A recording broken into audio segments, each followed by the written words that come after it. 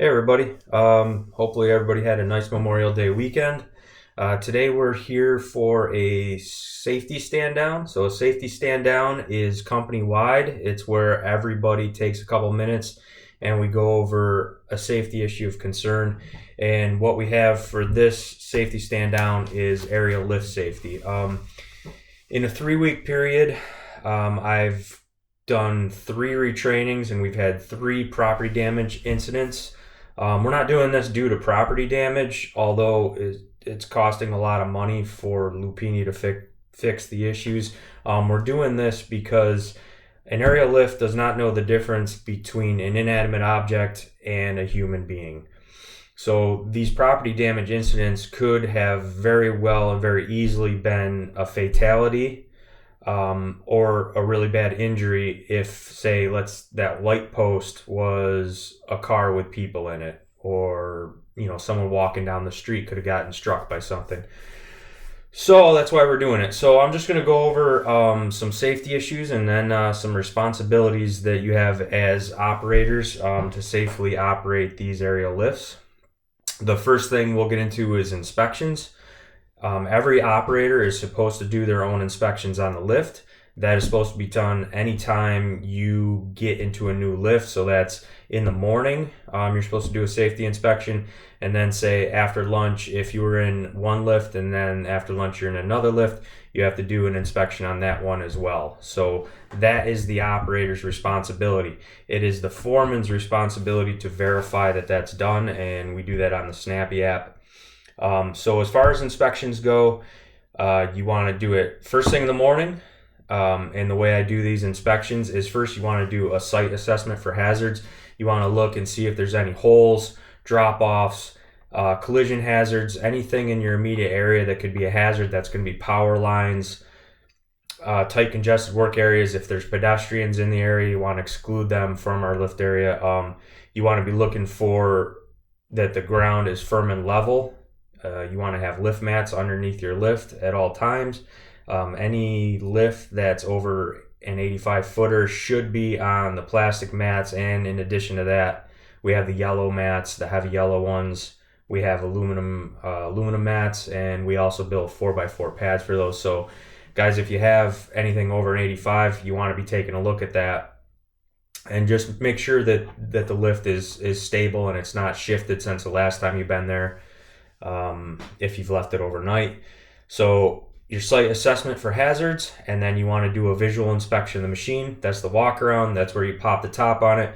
Make sure we're looking for any hydraulic leaks. Make sure you don't touch the hydraulic lines. You can injure yourself pretty badly. Those are under pressure. Just visual inspection on everything. Just make sure it's okay. You want to be checking the wheels. You want to be checking the lug nuts and make sure that they're tight. You want to be checking all the bolts, the cage, the boom, everything. That's your visual inspection. The third thing you want to do is a function test. So that's running through the functions of the lift. You want to use the auxiliary controls. Lifts are usually up in the morning, so you can easily run that out a little bit, run it back in, make sure all the controls work. Jump in the basket, make sure those controls work. If everything's good, you don't see any damage to anything, we're good to go. Okay, so what you want to watch for, safety-wise, is going to be tip overs. That's lift mats. You have to have a firm and level surface. You want to watch for collision hazards. A big one with that is tail swing. If you can't see the back of your boom, you need to have a spotter to make sure that you're not going to run into anything when you're swinging that around. We've wiped out telephone poles, fences, generators, air compressors, cars, sides of building, you name it, we've wiped it out. So it's very important to make sure that if you can't see the back of that boom, that someone else can and they can direct you around safely. Third one, electrocution hazards. So on our jobs, before you guys get to the job site, we should have done our own due diligence and had a site risk assessment for the aerial lifts, which we do, which are in the job startup binders. But if there are electrical lines in the area, what we want to do is find out what the voltage is. Once we find out what the voltage is, that's going to let us know how far away we got to be, and we can work safely next to that electrical outlet or line. So if you don't know, ask somebody.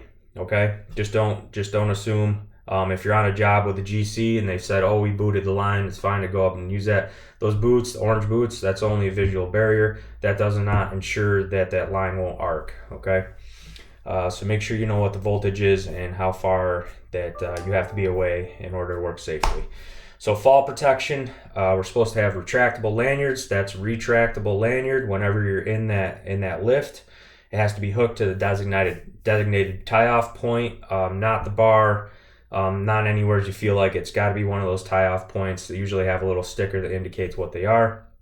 As far as that goes, tying off, you are not allowed to work outside the basket of that lift unless it is cleared through the office. There's certain things we need to do as far as locking out that machine to allow you to do that. Okay, so no working outside the lift unless it's cleared through the office. If you have to do it, sometimes that's the only way we gain access. We just want to make sure we do it safely.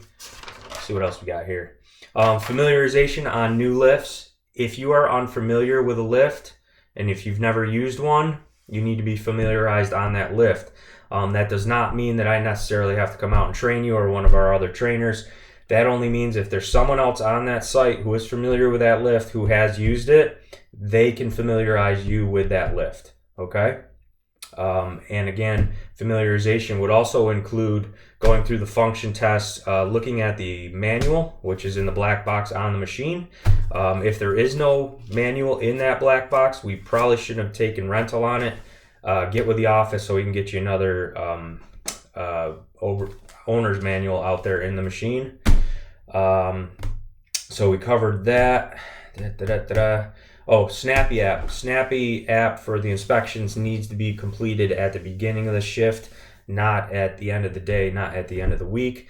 It would be a bad situation if you did not fill out that form, foreman, and you had an accident during the middle of the day and you couldn't prove that you did that daily inspection. Okay, so really that's all I have. Thanks for stopping and taking a break. Everybody take this opportunity to go out and look at the lifts that you have on site.